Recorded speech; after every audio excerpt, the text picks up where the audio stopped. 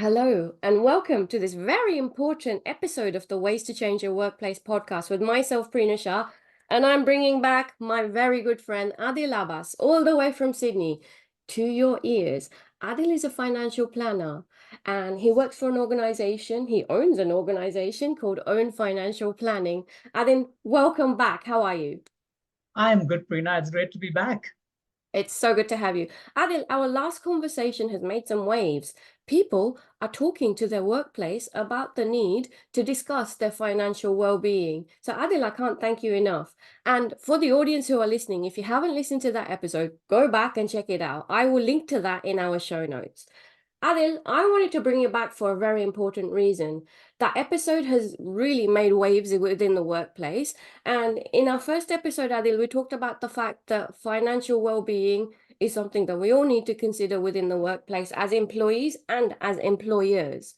Money makes the world go around. The reason we're working is for money, right? So Prina, let's you said it beautifully. I've been saying that. I've been using that line a fair bit now as well. It's cheesy, but actually it's the truth. It's the truth. What the hell else are we working for? Yeah, otherwise I'll be at the Bahamas somewhere at a resort with you, hey, having some fun.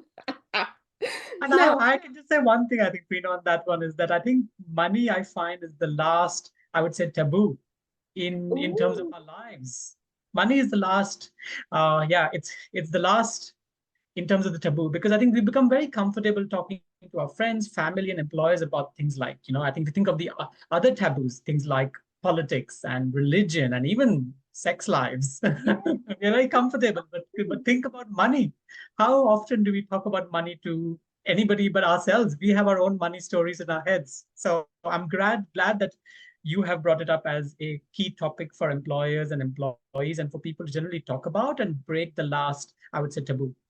100%. Now, Adil, people wanted to know a little bit more about you and a little bit more about me in terms of our money stories as well. And I'm happy, I'm always happy to share my background.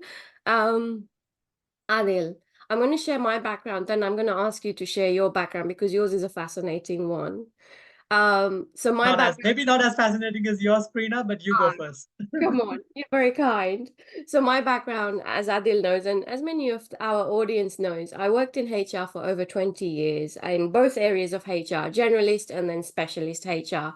Adil, I focused, as you know, in organizational culture change and helping humans with behavior change, so leadership and people development. I knew there was more. So I decided to learn the system and become a consultant and find ways to change your workplace, which is this podcast. And when I was working, so my money story, I knew that I wanted to quit Adil and I knew I wanted to have my own business. So I worked solidly and I probably side hustled for around 7 years, building my brand, building my budget, building my savings, essentially. And Adil, when I quit my corporate job, I had around 6 months of savings within my bank account to help me as a buffer to kick off my business. And I'm really glad that I did that. So I already had a list of clients built up, my brand built up and everything. And I, went off on my merry way. But I really want to talk to you about the concept of career change in this episode today. And I know that you have made a significant career change. So I would love to hear your story. Then I've got some questions for you in relation to career change, please, Adil. Sure, Prina. But first of all, I will say, as a financial planner, I love the fact that you mentioned that you had 6 months of savings before you made a significant life decision. And I can't tell you how much that was pleasing for me to hear that as a friend. You actually have followed some of the fundamentals of financial planning, which we've discussed offline in any case. So Yeah. well done to you. So my story, Prina, mine is yes. So I moved to Australia nearly 20 years ago as a skilled migrant. I used to work in wealth management prior to moving to Australia. But when I moved to Australia and tried to break into the wealth management, financial planning sort of market over here, I got really knocked back, to be honest, because I did not have an existing client base or a sort of a network here. And you come as skilled migrants, you come across that standard response, which is do not have local experience. Yeah. And I was like, money is money, irrespective of the color. Like like what's so different about financial planning, wealth management in Australia compared to what I had done before. But anyway, I was quite lucky enough that I already had an MBA as well. And so it became a natural pathway for me then to kind of fall into management consulting. An MBA leads to management consulting. Most people kind of understand that. And very lucky enough that over a 15-year period, I'm working in management consulting. I worked on a variety of projects focusing on workforce planning, leadership development, operations, optimization, business development, market and entry strategy. So I was very lucky to have diversity of experience from a management consulting perspective. And management consulting, for those who are listening, and I found it to be a great training ground in learning to think through problems and challenges using frameworks, systems, and processes. Also, it taught me really good skills around effective, I would say, communication and influencing using storytelling techniques. Because as humans, we are wired to listen to stories. We love a good story. And finally, just given the nature of the industry of management consulting, the intellectual prowess and rigor you're surrounded by means that you learn so much just through osmosis, and you need to lift your game each time if you want to progress in that industry. But anyway, that was for 15 years. I did that when I first moved to Australia, but I hadn't forgotten my first love, which was financial planning. In fact, what I did during those 15 years was I just became my own financial planner. And along the way, worked with a few financial planners myself. So I wanted to get some expert advice because I was not dealing with it on a day-to-day basis. And that's the key thing is we can't be experts in everything at the same time. We do need to understand expertise if you need to be an expert in your career, your field. Having multiple expertise at the same time is sometimes not realistic. Yeah. So I worked with a few financial planners myself along the way to invest, save, and build my wealth over the last 15 to 20 years. And the consistent application of financial planning principles allowed me to reach a stage in my life where approximately now, it's been 3 years now, that I had some choices around the next phase of my career and my life. So I found myself in a situation then at that time where I could essentially take some risk around my income going backwards, but very importantly, not impacting my lifestyle and enjoying the present. Whoa. So what had really happened is essentially I made a mid-career transition to become a financial planner. This time, however, with some gray hair, tons of local experience and local networks to really help others. And my primary motivation to help others have choices to design their own life and live it on their own terms, because money is a big enabler of choices in life.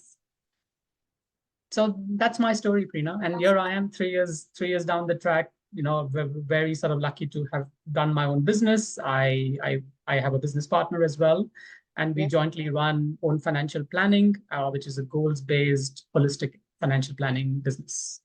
Beautiful. Aadil, now you are very, very modest in everything that you just said. So Aadil has been working hard and he's changed career, and I've seen his career change and shine. He's now a business owner. So from an internal management consultant working for a very, very fascinating firm to now being your own boss.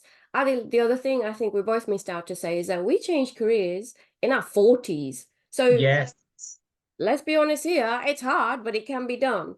And Aadil, I know you deal with this and I deal with this as well. So many of my clients, so from a leadership development perspective or one-to-one coaching perspective, Aadil, I have many a client who face the need to change their career for a number of reasons. Aadil, maybe they're not feeling it. Maybe like us, they want to start their own business. yes. Maybe they just need a break. Maybe they want to go and learn something new. Or from a female perspective, they've had kids, they've taken time off work, and they realize now that the workforce is not quite ready for them, or they want something new, Aadil. Now, have you come across career changes from your perspective as your clients? And I have many leadership lessons for people, which I won't share because I really want to focus on the financial wellness aspect, Aadil. Do you have career change clients? And what advice do you have from a financial wellness perspective, Aadil, for people who are listening, who are considering a career change, please? Great question, Prina. And actually, career change or changing the nature of your income, where you earn your income from, is a constant topic. Because one of the first conversations I do with my clients is, talk to me about your goals in life. Talk to me about your work intentions. Talk to me about what does If there were no barriers, what sort of a life do you want to design for yourself? And one of the concepts which resonates with a lot of people is the idea of having a work optional lifestyle. And Yeah. what that really means is that you then work not you don't work for the money. You just work because you enjoy working, and that can be in various capacities. It can be changing your career to something different completely. It can mean just reducing it, going down to part-time work as well in your current role, because many people may just enjoy what they're doing, but they just can't see themselves doing it 5 days a week due to due to lifestyle, due to a life stage. It's taking like working part-time to take care of children, or to take care of elderly parents. Could be various reasons, or just simply wanting to slow down and just have a bit better balance in their life. And or sometimes there are many people who say to many of my clients say, I want to become my own boss. And so work optional lifestyle gives you that idea, ability to then do work, to choose work which you would like to do in whatever capacity that might be. And I can probably share, typically this sort of conversation leads to, I can say there are two or three key principles, but from a finance perspective, which I'd like to probably share, which I have seen are the tips we give to our clients when they talk to us about this goal, because it's a very big goal. It's an emotion. It's a very important goal to our clients. As a financial planner, I'm all about helping clients achieve their goals. I'm like, I want to chase your goals. I want to chase your goals with you. So let me help you from a money aspect to do that. So number one tip, make a budget. Yeah. Or as I like to call it, which probably people who listen to our previous episode will know the idea of a spending plan. Yeah. Or make a spending plan. Let's face it, I think who doesn't like the idea of spending money on things and experiences which give you joy? So the government has actually, there's a website called the Money Smart website. It has a very easy to use, I would say, budgeting tool. And I like this one because it really takes into account one-off yearly expenses or quarterly expenses, such as your car registration, which comes around once a year, or your utility bills, which may be once a quarter, which can get missed out on a monthly budget. So keep that in mind. You need to do an annual spending plan, but actually consciously see where you are spending your money and what lifestyle are you leading today, and what would you like to maintain. So this is about understanding lifestyle. A budget is about lifestyle. It's not about saying have less coffee or try and cut down on 2 coffees or have less avocado on toast. It's about really for you to get conscious about what are the things you're spending money on to lead the lifestyle that you want to lead and would like to lead through your money. Secondly, the second one is something which I think, as you mentioned, you follow this principle already, and I'm very pleased that you've done it. We tell our clients, if you're going to do any such thing with regards to your career or to your job, make sure you have enough money saved up to cover at least 6 months of expenses. In my case, particularly, I made sure I had 1 year's worth of expenses saved up, as I was not only going to change careers, like literally start at the bottom of the career, like bottom of the rung again, but also start a business. So it was a double whammy. I had to make some investments as well, not just change my career. I had to make an investment into the business, which means I gave myself a buffer of 1 year's expense. And hence you can see why, in order to determine what is a good buffer, a spending plan needs to come first. Yeah. Which gives you a good idea of, okay, how much do I need to really save up? And then finally, the third tip which I give to clients, and again, these are principles which I used in my own career transition. So I am talking from a lot of my own experience over here and over here. So number 3 for me was really like, estimate what your new income may look like, because chances are it may not look like what you're on today. Chances are they're going to look a little bit different. Be when you go part-time, when you change careers, when you start your business, it's going to look different from what it is, especially for the first 1 or 2 years, potentially. And one thing which we get our clients to do is to understand, see what trade-offs you may need to make from your lifestyle spending and to make your emergency buffer last longer. Yeah. Because there is one thing certain, nothing will go ever perfectly to plan. There will be curveballs along the way with regards to your income and expenses when you do these sorts of decisions. Yeah. So definitely start thinking about some trade-offs. So again, the principles of like doing this, that's why the spending plan becomes so critical. So you can really say, okay, am I spending money on things which really give me joy? Do I need to continue spending on these things? How do I make my emergency buffer last longer? Because it's not going to go as per plan. You may save up for 6 months and it may run out in 6 months, and then you are a little bit of, I would say, trouble if things don't go as per plan in your new career or new business. So in my case, I'll give an example. I'm very happy to share this. Is like I made a trade-off of actually not going on an overseas holiday for the first couple of years, which had just become part of my lifestyle previously when I had a stable income, employment, I was doing well in my career. Yes. So in my experience, just following these three principles and sharing these principles with my clients always as well in recently has made the transition journey a bit more enjoyable as well and smoother because I wasn't counting every penny during the lean times in the early days of my business. Yeah, I was beautiful. still enjoying the present. I was still enjoying the present. I had kind of thought it through really well, and it made my transition, gave me the ability to focus on the future and not get so stressed about the present. Yeah, and you maintain your lifestyle minus the holidays, which you can live with, right? That was a trade-off I did. And everybody might have their own trade-off, but I think it's again about getting conscious and visibility because these are some really big life decisions people are about to make. And your biggest asset, as we say in financial planning to people who are in their 30s and 40s and 50s, when I ask clients, what is your biggest asset? A lot of people will give the response and say, oh, it's my house or whatever. I say to them, no, your biggest asset is your ability to earn an income. Yes, yes, absolutely. And we need to manage that. Oh my gosh, Adil, I'm going to summarize your points in a second. In terms of leadership tips, in terms of the kind of career jump that you want to make, Adil, you know it, I know it. Many people fear that leap. So the kind of tips that I give is consider the knowledge that you can gain now in your current job, which you can take to your future job. And that's exactly what you and I have been working on over our years. Um, get a mentor in your new area if need Correct. be. Like suss it out before you make that leap. You know, grass is often greener on the other side, and we need to consider whether it is greener. See if you can get work experience, do some pro bono work if you can. Correct. Consider how you'll build your professional brand in your new industry. And then, as Adil said, three very, very important points. If you are considering a career change, make an annual spending plan, annual. And we'll put links to the smart website budgeting tool, Money Smart, in our website, and I'll give links to all of Adil's contact details in the show notes as well. So make a spending plan annually. Save at least 6 months. Adil actually did 12 months. So you consider what your life needs. And then I didn't do this, Adil. This is gold.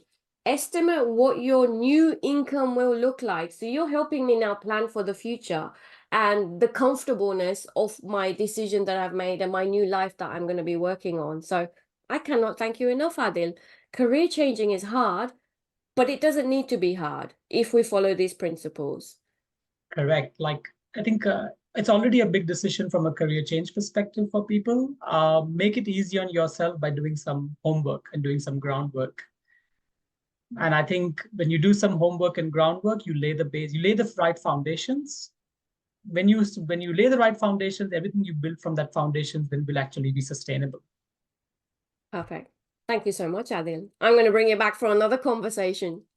Great, And Prina. Thanks for having me again. And I look forward to being given the opportunity to speak to you again. my pleasure.